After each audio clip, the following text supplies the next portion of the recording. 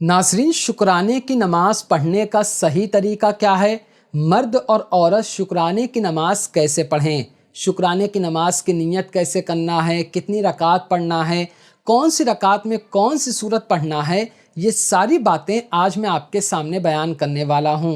और साथ में मैं आपको ये भी बताऊंगा कि शुक्राने का सजदा, जिसको सजदे शुक्र कहा जाता है, वो हमें किस तरह करना चाहिए, कब करना चाहिए। नाज़रीन देखिए, जब भी हमें अल्लाह तबारक व ताला कोई नेमत अता फ़रमाता है या हमारा कोई मकसद पूरा होता है, तो हम अपनी ज़बान से अल्लाह तबारक व ताला का शुक्र अदा करते हैं। यानी हम कहते हैं, ऐ अल्लाह, तेरा करोड़ों एहसान है, तेरा शुक्र है कि तूने मुझे ये नेमत अता फ़रमाई या मेरा ये काम हो गया। इस तरह हम कहते हैं। या हम शुक्राने की नमाज़ पढ़ते हैं या हम सजदे शुक्र करते हैं। और ये जो हम शुक्र करते हैं, ये अल्लाह ताला को बहुत ज़्यादा पसंद है, क्योंकि अल्लाह तबारक व ताला कुरान पाक में फ़रमाता है कि अल्लाह ताला शुक्र करने वाले बंदों को पसंद फ़रमाता है। तो अब मैं आपके सामने बयान करता हूँ कि शुक्राने की नमाज आपको कैसे पढ़ना है। देखिए, मर्द हो औरत हो, सबको बिल्कुल ऐसे ही पढ़ना है। मैं 2 रकात का तरीका बता रहा हूँ। आप चाहो तो 2 रकात पढ़ो,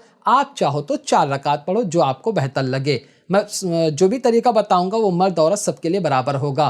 पहले नियत सुनिए। नियत की मैंने 2 रकात नमाज नफल शुक्राना वास्ते अल्लाह ताला के, रुख मेरा काबा शरीफ की तरफ, अल्लाहु अकबर कह के नियत बांध लेना है। बिल्कुल वैसे ही नमाज पढ़ना है जैसे हम लोग 5 वक्त में जो नमाज पढ़ते हैं, वैसे ही पढ़ना है। सना पढ़ना है, उसके बाद सूरह फातिहा पढ़ना है। जो सूरत आपको याद हो आप वो सूरत पढ़ सकते हो। पहली रकात में आपको सूरत पढ़ना है, उसके बाद रुकू सजदा करना है, फिर दूसरी रकात में आपको सूरह फातिहा पढ़ना है, कोई सूरत पढ़ना है। अगर आपको एक ही सूरत याद है तो आप वही पढ़ो, आपकी नमाज अदा हो जाएगी।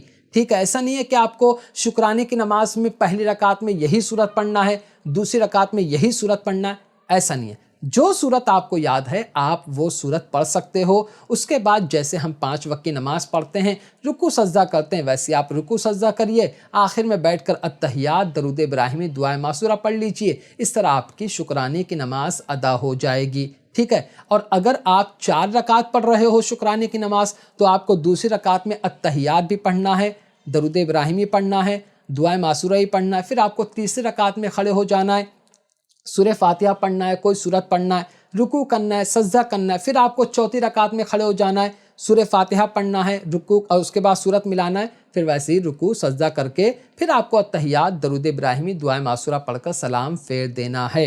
ये हो गया कि हम अल्लाह ताला की बारगाह में जब शुक्राने की नमाज पढ़ते हैं तो उसका तरीका क्या है। काफ़ी आसान तरीका है, आप भी इंशाल्लाह काफ़ी अच्छे से सीख जाओगे एक ही बार में। ठीक है।